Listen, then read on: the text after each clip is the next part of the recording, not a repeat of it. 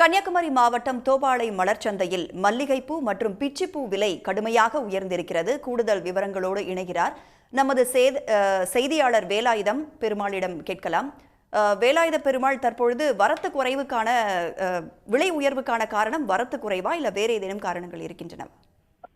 கண்டிப்பாக. அதாவது விலை அதிகமாக இருப்பதற்கு காரணம் என்னவென்றால், குமரி மாவட்டத்தில் கடந்த சில வாரங்களா தொடர்ந்து கனமழை பெய்து வருகிறது. குறிப்பா மல்லிகைப்பூ பிச்சிப்பூ சாகுபடி செய்யப்பட்டு உள்ள குமாரபுரம், தோப்பூர் மற்றும் ஆரல்வாய்மொழி, தெம்பராம்புதூர், தோவாளை பகுதிகளில் பூக்கள் சாகுபடி செய்யப்பட்ட பூக்களை பறிக்க முடியாத ஒரு சூழ்நிலையில விவசாயிகள் இருந்து வருகிறார்கள். இதனால் குமரி மாவட்டத்தில் உள்ள தோவாளை மலச்சந்தைக்கு பூக்கள் வரத்து மிகவும் குறைவாக இருக்கிறது. வாடாமல்லி, கேந்தி, செவ்வந்தி போன்ற பூக்கள் வரத்து குறைவாக இருக்கிறது. குறிப்பாக மல்லிகை பூ மற்றும் பிச்சிப்பூ வரத்து மிக மிக குறைவாக இருக்கிறது.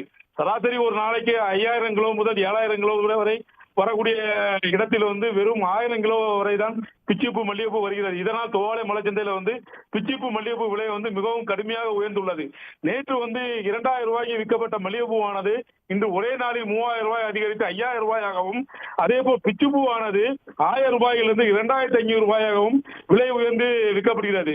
இதற்கு மிக முக்கியமான காரணமாக வரத்து குறைவு என்றாலும் நாளை சுபமுகூர்த்த தினமும் இருப்பதால் இந்த விலை உயர்வு அதிகமாக இருப்பதாக தோவாளை மலைச்சந்தை வியாபாரிகள் கருத்து தெரிவித்துள்ளார்கள். உடனுக்குடன் செய்திகளை தெரிந்து கொள்ள சன் நியூஸ் பெல் ஐகானை கிளிக் பண்ணுங்க.